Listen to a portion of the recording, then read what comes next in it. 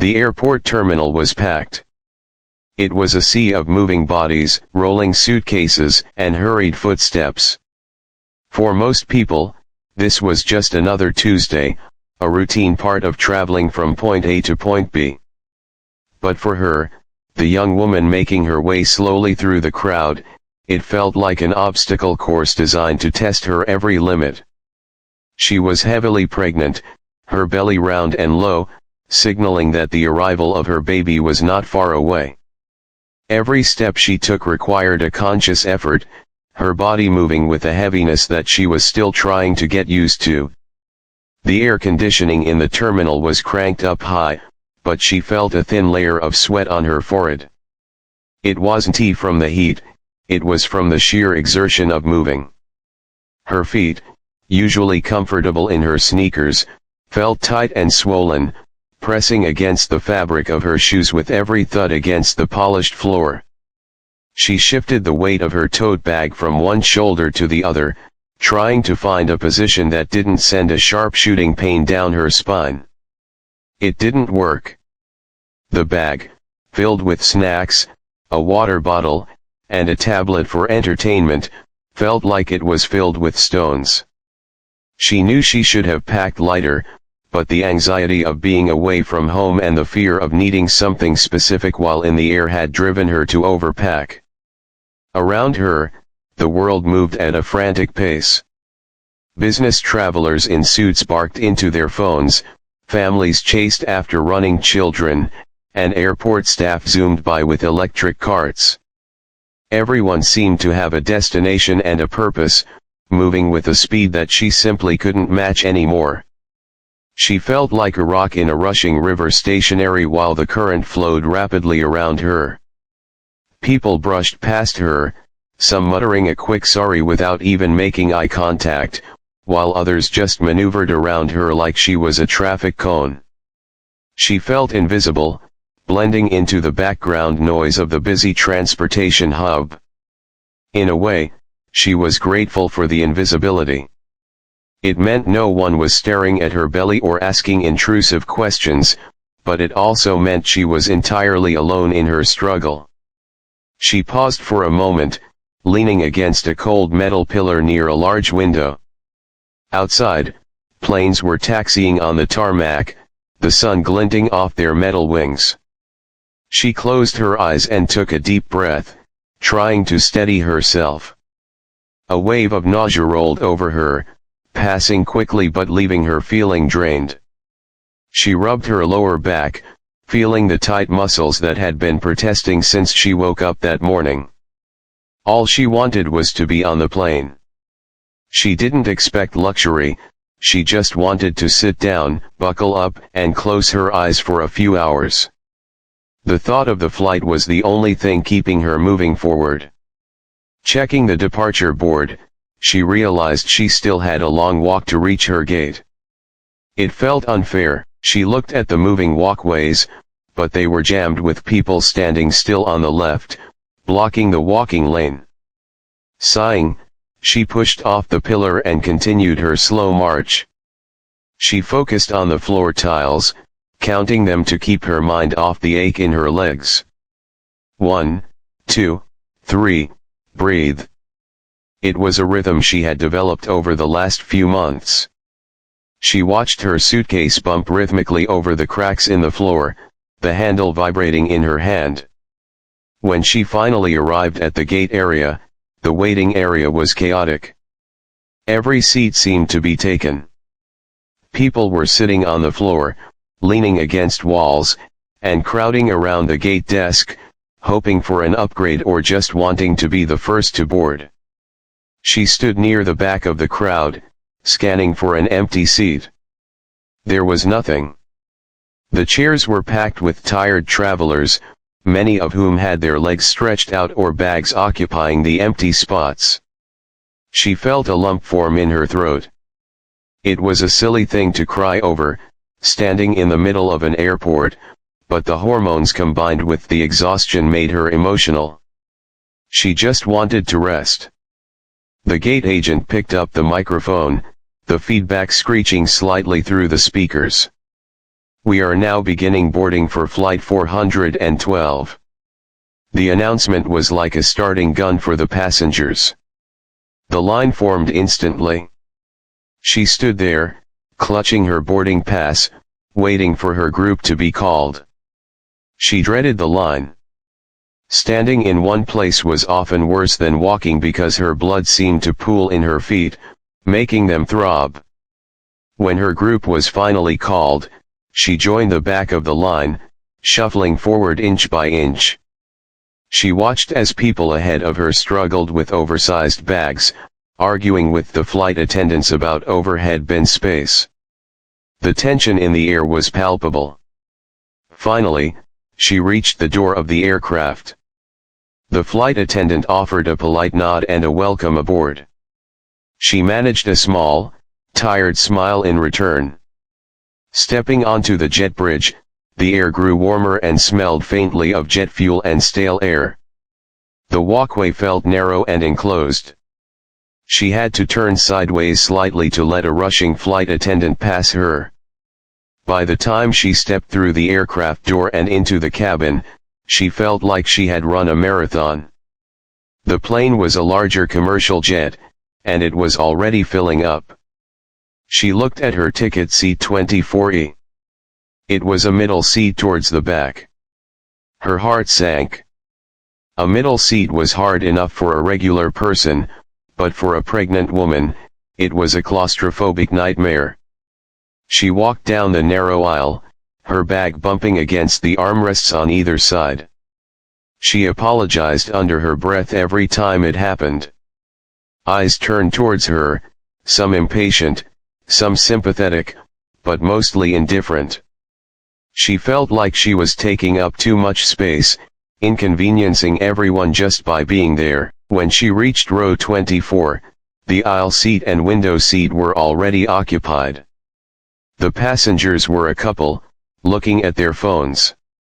She stood there for a moment, waiting for them to notice her. The man in the aisle seat sighed loudly, stood up, and moved into the aisle to let her in. She squeezed past him, her belly brushing against the seat in front of her. She lowered herself into the middle seat, feeling the armrests dig into her hips. It was tight. There was no room to stretch her legs. The seat belt barely fit around her waist, and she had to struggle to click the latch. She placed her bag under the seat in front of her, wincing as she bent over. When she sat back up, she felt trapped. The plane was noisy, filled with the sounds of people talking, overhead bins slamming shut, and the roar of the auxiliary power unit. She leaned her head back against the headrest, which was oddly stiff. She closed her eyes, fighting back tears of frustration. She was uncomfortable, sore, and cramped. She felt small and insignificant in this giant metal tube. She just wanted to disappear until the flight was over. Little did she know, while she was sitting there feeling invisible and struggling to find a moment of peace, someone on the very same flight was watching her with a kindness that would soon turn her whole day around. The man sitting a few rows ahead, currently buried in a book, was about to make a memory she would never forget. A few rows ahead of the young woman, sitting in an aisle seat that offered a little more room to stretch his legs, was a man who looked like any other passenger trying to get through a long day of travel. He was wearing a dark, worn-out baseball cap pulled low over his eyes and a simple, comfortable jacket that had seen better days. To the casual observer, he was just another guy in his 50s, maybe a bit tired, maybe just wanting to get home. But if someone looked closely, past the cap and the quiet demeanor, they would recognize the face of one of the biggest movie stars in the world. However, on this plane, he wasn't a celebrity. He wasn't signing autographs or walking a red carpet. He was just Keanu, a man sitting alone with a paperback book in his hands. He wasn't surrounded by bodyguards or an entourage. He had a small backpack tucked under the seat in front of him, and he was doing his best to create a little bubble of privacy in the middle of a crowded aircraft. He had his legs crossed, one foot tapping gently to a rhythm only he could hear, completely absorbed in the story unfolding on the pages of his book. The atmosphere inside the cabin was that specific mix of boredom and tension that always exists before takeoff. The air conditioning was humming loudly, fighting to cool down the plane packed with bodies. Babies were crying in the back, somewhere a teenager was blasting music through leaky headphones, and the flight attendants were rushing back and forth, closing overhead bins with loud thuds. It was noisy, chaotic, and uncomfortable. But Keanu seemed unbothered by it all. He was used to tuning out the noise of the world. Then, something broke his concentration. It wasn't a loud sound, but rather the feeling of movement. The man in the seat directly in front of him had decided to recline his chair abruptly. The seat slammed back, forcing Keanu to quickly shift his legs to avoid getting hit. It was a rude, sudden move that happens on flights all the time. He adjusted his position, straightened his book, and let out a quiet, patient sigh. That small shift in his body made him turn his head slightly, glancing down the aisle toward the back of the plane. It was then that his eyes landed on the young woman in the middle seat a few rows back. He hadn't really noticed her when she boarded. He had been too focused on finding his own seat and getting settled. But now, looking past the rows of heads and seat backs, he saw her clearly. He saw the way she was sitting, half twisted in her seat, trying to find a position that didn't hurt. He saw the heavy, uncomfortable look on her face, the way her shoulders were slumped forward in defeat. Even from this distance, he could see the sheen of sweat on her forehead and the slight tremble in her hands as she tried to adjust the air nozzle above her.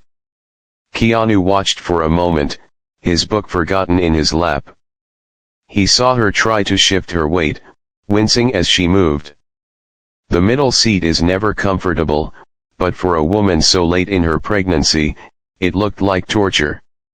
The armrests were digging into her sides, trapping her. The person in the window seat was asleep with their head against the wall, oblivious to her presence. The person in the aisle seat was staring intently at a phone, wearing large headphones. She was effectively boxed in, alone in a crowded metal tube. He noticed the small details that others ignored. He noticed how she kept rubbing her lower belly with a circular motion, a universal sign of seeking comfort. He noticed how she kept looking at the empty seat next to him with a look of longing, probably wishing she had just a little more space to breathe. He saw the way she closed her eyes and took a deep, shaky breath, fighting back the urge to cry or complain. It was a look of pure exhaustion, the kind that goes deeper than just needing a nap. It was a bone-deep weariness. Keanu is a man who has known his own share of grief and hardship in life. He understands pain, perhaps better than most. Because of this, he has a unique ability to spot suffering in others, even when it is disguised as silence. While the rest of the plane was busy worrying about their Wi-Fi connections or the movie selection, he was tuned into a different frequency. He saw a human being in distress, and it bothered him. It wasn't pity he felt, it was empathy. He knew that for the next few hours, she was going to be sitting there, cramped and in pain, while he was sitting in a seat with slightly more legroom and an empty space beside him where he could keep his bag. He looked down at his own seat. It was a good seat. It was an aisle seat, which meant freedom. He could stand up whenever he wanted. He could stretch his legs into the aisle. He looked back at her. She was trying to take a sip of water, but her hand was shaking so much that the water splashed slightly onto her shirt. She didn't have a free hand to wipe it off because her lap was full of her bag. She just looked down at the wet spot and let out another silent, defeated sigh. Something shifted inside him. The comfort of his book and his quiet solitude didn't seem as important anymore. He looked around the plane, checking to see if it was full. It was. Every seat was taken except for the one right next to him, which he was using for his extra things. There were no other seats to move her to. The only option was the one he was sitting in. He watched her shift again, this time letting out a soft groan that was lost in the engine noise.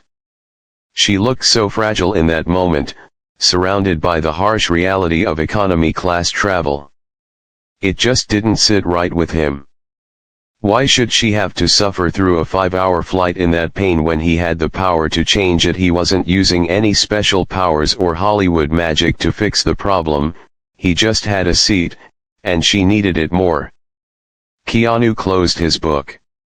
He placed it carefully on the empty seat next to him, marking his page with a worn receipt he tucked inside. He leaned back, staring at the back of the seat in front of him, thinking. He wasn't looking for credit. He wasn't doing this to be a hero. He just knew that if he stayed in that seat while she suffered behind him, he would feel terrible. It was a simple choice between being comfortable and being kind. And for him, that wasn't really a choice at all. The fasten seat belt sign dinged overhead, illuminating the cabin. The pilot's voice crackled over the speakers, welcoming them aboard and preparing them for pushback. The plane began to move slightly, the engines whining up to power. The motion made the woman lurch forward, and she grabbed the seat in front of her to steady herself, looking dizzy. Keanu unbuckled his own seat belt. He knew he had to act now, before they reached altitude and the seat belt sign became a strict rule. He turned his head one last time to look at her, cementing his resolve. He was going to give up his seat. It wasn't up for debate anymore. It was time to move. The plane began to move slowly backward from the gate, the gentle vibration humming through the floor of the cabin. Outside the small windows, the ground crew was giving final signals, but inside, the air was thick with the anticipation of a long journey. Most passengers were already shutting out the world, adjusting their headphones, or closing their eyes to catch a few minutes of rest before the safety demonstration began. In the cramped middle seat near the back, the young woman was trying to find a way to breathe deeply despite the tightness in her chest. She felt trapped, her body screaming for space that simply didn't exist. While everyone else was settling in, the man in the worn-out baseball cap a few rows ahead decided it was time. He didn't call for a flight attendant or make an announcement. He simply unbuckled his seat belt. The metallic click seemed louder than it actually was in the quiet row. He stood up carefully, checking to make sure he wasn't going to bump anyone with his bag. He reached into the overhead bin to grab his small backpack, swinging it effortlessly onto one shoulder. Then, holding onto the seat backs to steady himself against the slight movement of the plane, he began to make his way down the narrow aisle toward the back of the aircraft. Walking against the flow of passengers who were all facing forward made him stand out, but he moved with a calm, deliberate purpose. He had to step carefully over people's outstretched feet and dodge the elbows of those tapping on their phones. He didn't look left or right at the other passengers who were glancing up at him, some recognizing him immediately and doing a double take. He wasn't there to be seen, he was on a mission. He stopped right at the row where the young woman sat. She had her head leaned back against the rough fabric of the seat, her eyes closed, trying to visualize a calm place to escape the discomfort. She sensed a shadow fall over her and opened her eyes, expecting to see a flight attendant asking her to put her tray table up. Instead, she found herself looking at a pair of kind, dark eyes peeking out from under a baseball cap. It took her a second to register who he was, her brain foggy from exhaustion. When the realization hit, she blinked a few times, unsure if she was hallucinating from the stress of the day. The man leaned down slightly, bringing his face closer to hers so he wouldn't have to shout over the noise of the engines. He didn't want to embarrass her or make a scene. He just spoke in a low, gentle voice that cut through the chaos around them. "Excuse me," he said softly, offering a shy, polite smile. "I noticed you back here, and you look really uncomfortable." The woman was stunned. She straightened up as much as she could, her face flushing with a mix of embarrassment and surprise. She stammered, trying to find her voice, completely taken aback that a movie star was standing in the aisle talking to her while she was sweating and disheveled. I'm okay," she whispered, though the grimace on her face betrayed her words. She instinctively pulled her arms in closer to her body, trying to take up even less space. He shook his head gently, his expression full of genuine concern. "Please, don't worry about it," he insisted. "I'm sitting up there in an aisle seat, and there's plenty of room. I think it would be a lot better for you than this middle seat. I'd really like for you to take it." A silence hung between them for a moment, heavy with disbelief. The woman looked from his face to the cramped middle seat she was imprisoned in, and then back to him. It felt like a prank, or perhaps a dream. Why would this man, who could easily afford to buy a private jet or upgrade to first class, want to give up his seat to a stranger? "I can't ask you to do that," she finally managed to say, her voice shaking slightly. "That's your seat. I can't take it." "You aren't asking," he replied with a small chuckle that was warm and reassuring. "I'm offering. Really, it's not a problem. I've had my seat for a while. I need to stretch my legs anyway, and honestly, you look like you could use a break." He gestured toward the front of the plane with an open hand. "It's no trouble at all. Please." He didn't wait for her to argue further. He stepped back slightly to give her space to move, showing her that he was serious. He wasn't going to take no for an answer, but he did it in the nicest way possible. It wasn't a command, it was a request from one human being to another to accept a little help. The passengers sitting next to her, the ones who had been ignoring her for the last hour, were now wide awake and staring. They watched the interaction with their mouths slightly open, realizing they were witnessing something rare. The man didn't seem to care about the audience. His focus remained entirely on the pregnant woman. He saw the hesitation in her eyes, the worry that she was imposing, and he tried to soften the moment even more. "Honestly," he added, lowering his voice even further, "it would make me feel a lot better knowing you were comfortable up there. So, you'd really be doing me a favor." It was the perfect thing to say. He took the burden of gratitude off her shoulders. He made it seem like he was the one getting the benefit out of the deal. The woman felt a wave of emotion wash over her. The stress of the airport, the pain in her back, and the loneliness of the journey all bubbled up, but this time, it wasn't a bad feeling. It was relief. Tears pricked at the corners of her eyes, blurring her vision. She looked at this stranger, this superstar, who was treating her with more dignity and care than anyone else had all day. She nodded slowly, unable to find the right words to express what she was feeling. "Okay," she breathed out. "Thank you. Thank you so much."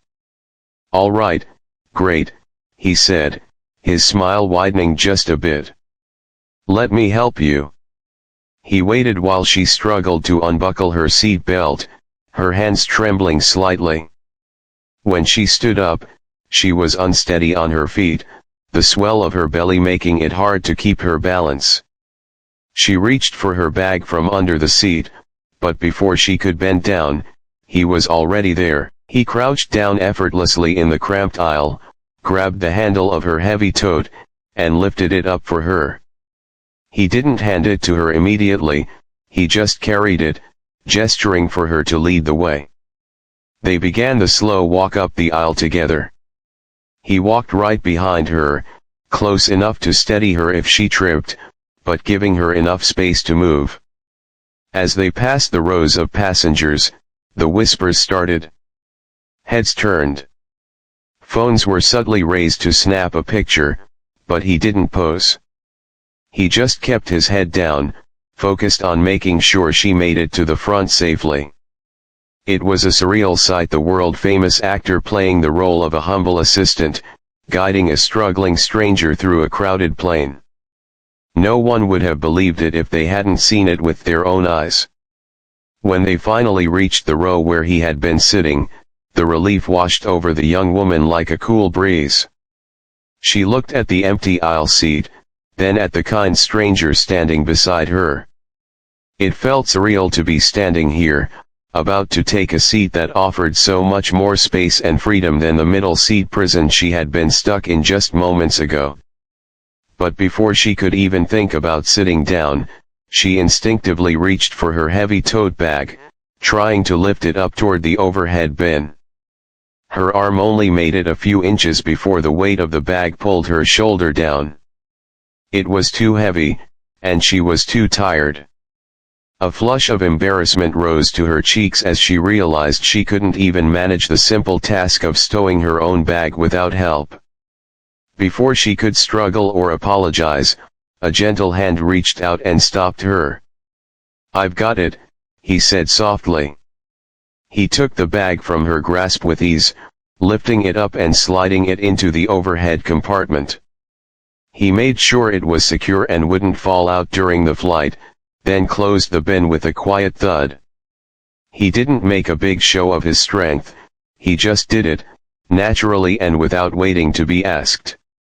It was the kind of chivalry that doesn't really exist anymore, simple, helpful actions that make life just a little bit easier for someone else.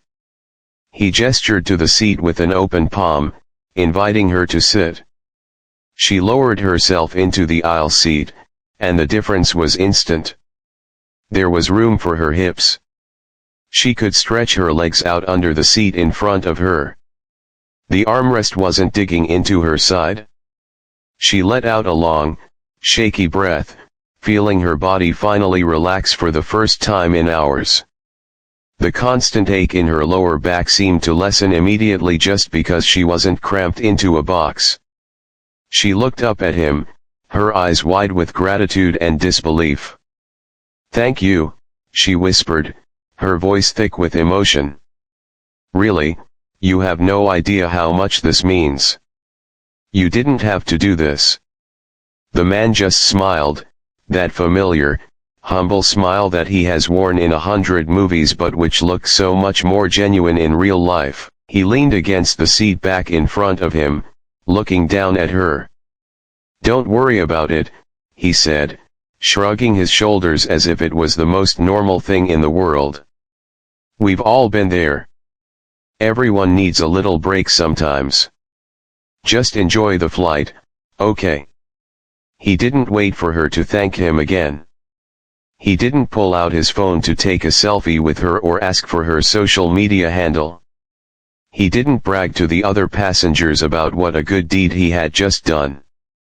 He simply gave her a small nod, adjusted the strap of his own backpack, and turned around to head back to the rear of the plane.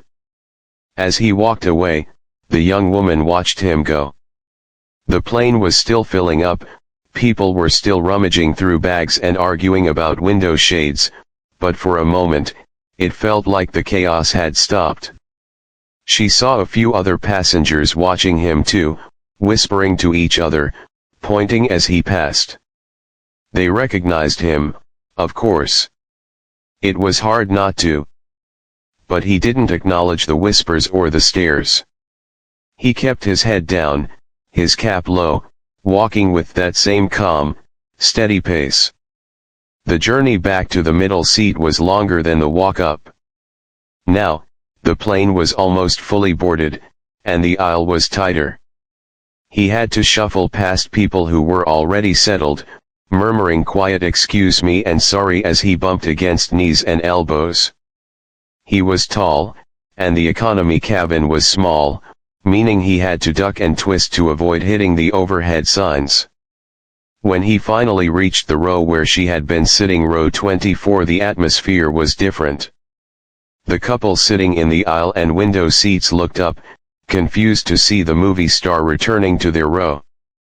They had seen him leave with the pregnant woman, and they likely assumed he was moving to first class or perhaps sitting with a friend. Instead, he stopped right next to them. The man in the aisle seat, who had seemed so annoyed when the pregnant woman was trying to get in earlier, now looked shocked. He quickly stood up, his eyes wide. "Oh, wow," he stammered. "Is everything okay? Do you want the seat? I can move." It was a classic reaction. Everyone wants to be nice to a celebrity. Everyone wants to offer them the best seat or make their life easier. The entire cabin was watching this interaction now. People were craning their necks to see what would happen.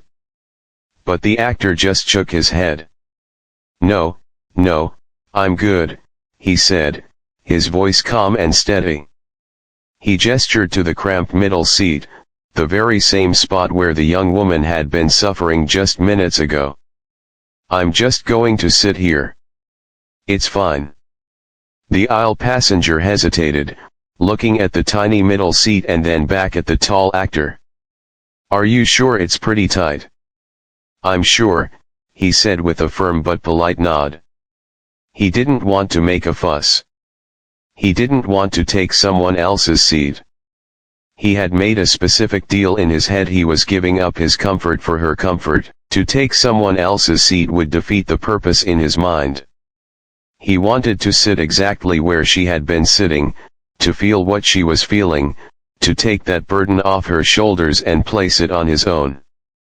He squeezed into the middle seat. It was a tight fit, even for a person of average size.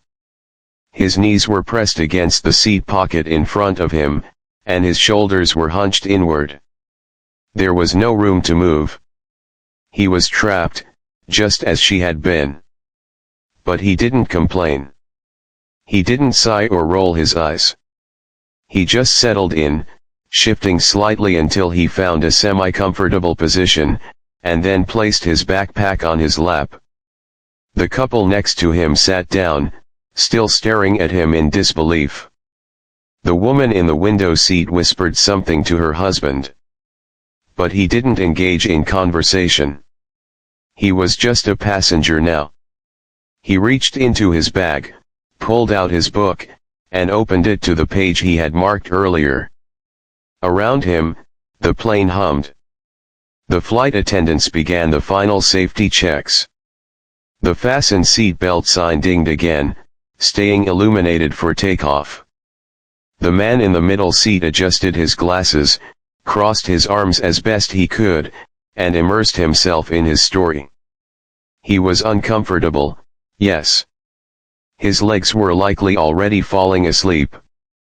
But sitting there, crammed into a small seat in the back of a plane, he looked more at peace than anyone else on board. He had done something good, not for applause or recognition, but simply because it was the right thing to do. And that quiet, silent dignity was the definition of pure class. The flight seemed to pass differently for the two of them. For the young woman, the hours in the air became a time of healing and rest. With the extra legroom and the ability to shift her weight without bumping into strangers, her body finally began to unclench. She drank water slowly, watched a movie, and even managed to drift off into a deep, peaceful sleep for a good hour.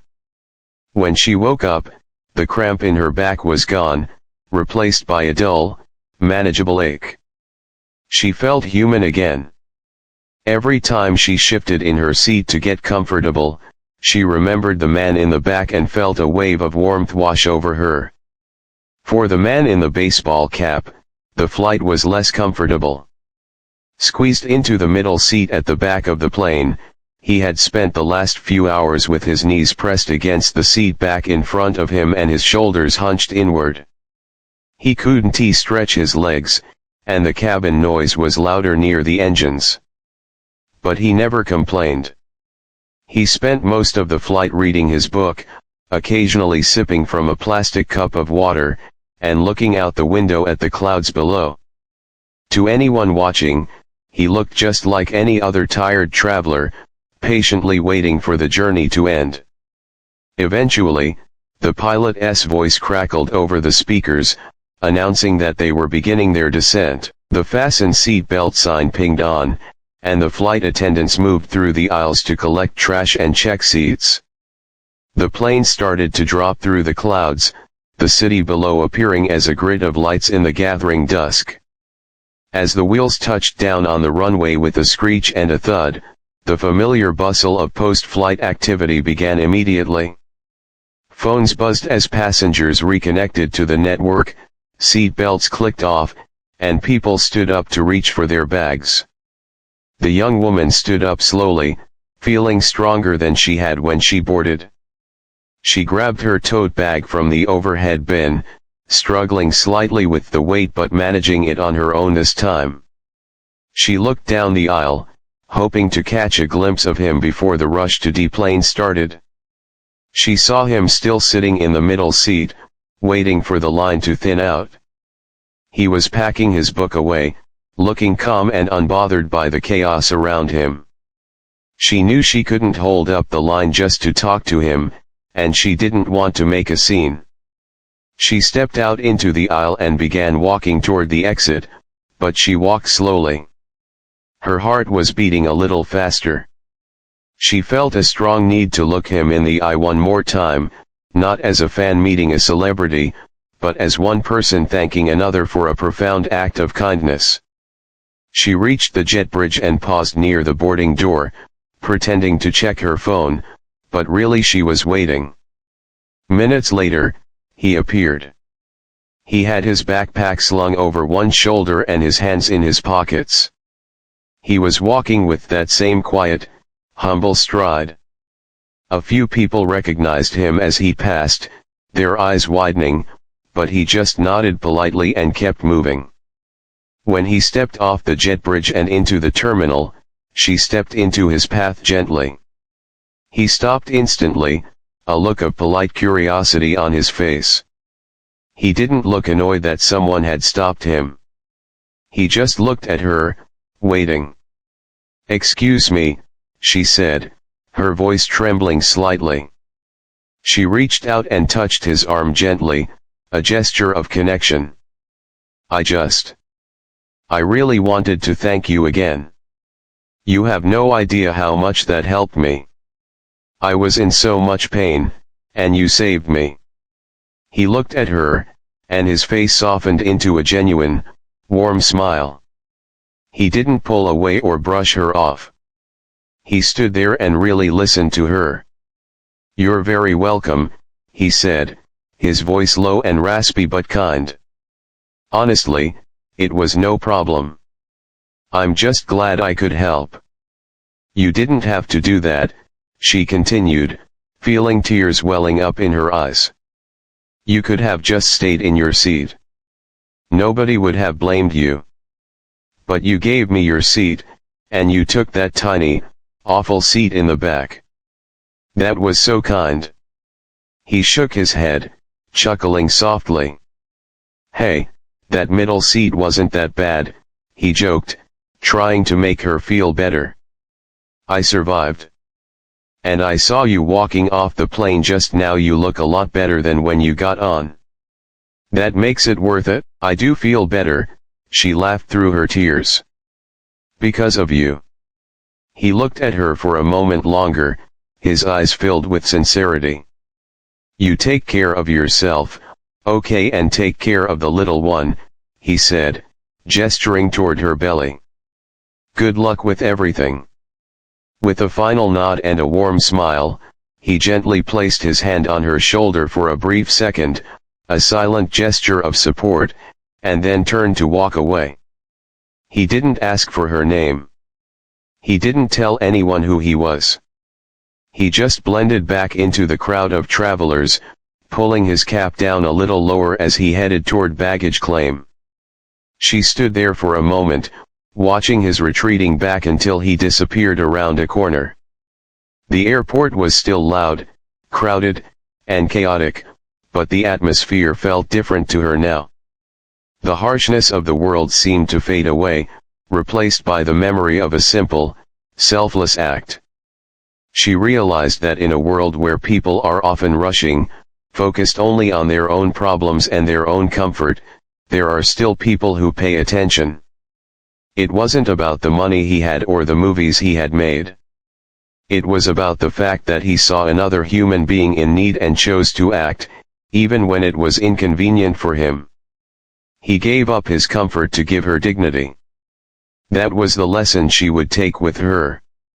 As she turned and walked toward her own gate, she felt lighter, not just because her back didn't hurt, but because her heart was full. She knew she would never forget the day a stranger, who happened to be a movie star, treated her with pure class. It was a story she would tell her child one day, a story about how, in the middle of a crowded plane, kindness found a way to shine through.